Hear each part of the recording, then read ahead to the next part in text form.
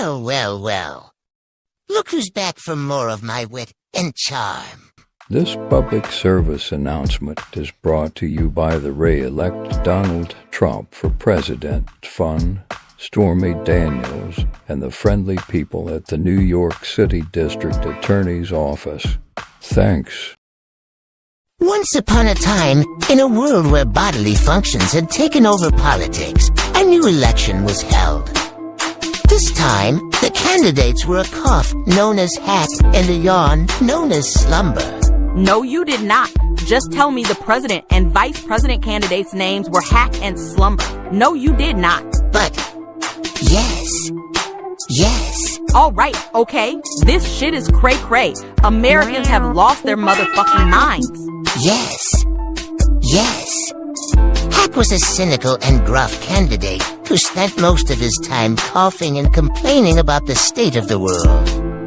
Slumber, on the other hand, was a sleepy and lethargic candidate who seemed to yawn his way through the campaign. So are you telling me we got two sons of butchers, one named Hack, the other named Slumber, and they want to occupy the Oval Office? The White House? I'm done. Yes. Despite their quirks, both Hack and Slumber managed to gain a following. Hack traveled around the country in a beat-up van with a megaphone, spouting conspiracy theories and warnings about the dangers of the world. So you are telling me some goofy-ass mofo named Hack drives around in a van with a megaphone trying to convince people to vote for him to be president? Please shoot me. But, yes. Slumber, meanwhile, held his rallies in the middle of the day and had a habit of nodding off mid-sentence. As the election drew closer, tensions between the two candidates escalated.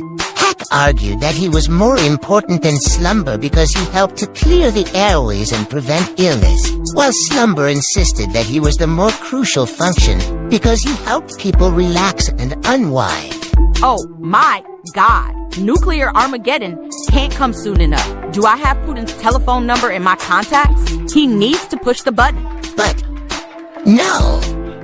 I mean, yes. The election was a close race, but in the end, Hack emerged victorious as the President of the United States, with Slumber as his Vice President. Their inauguration ceremony was an unusual affair. As Hack took the oath of office, he coughed and farted simultaneously. That led to a shart. That's when you mean to fart, but instead you shit in your pants unexpectedly. It's not a fun affair. No bueno. I did not just hear what I just heard. That's some shit out of a horror movie. Go ahead, continue. Yes.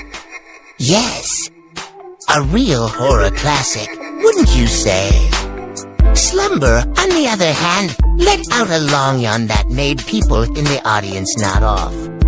The next 4 years were a bit of a disaster. Hack's policies were often bizarre and ill-conceived, and his tendency to cough in people's faces caused a few awkward moments. Slumber, meanwhile, was rarely awake during important meetings and often left people hanging. In the end, the American people looked back on the Hack and Slumber presidency with a mixture of cynicism and regret.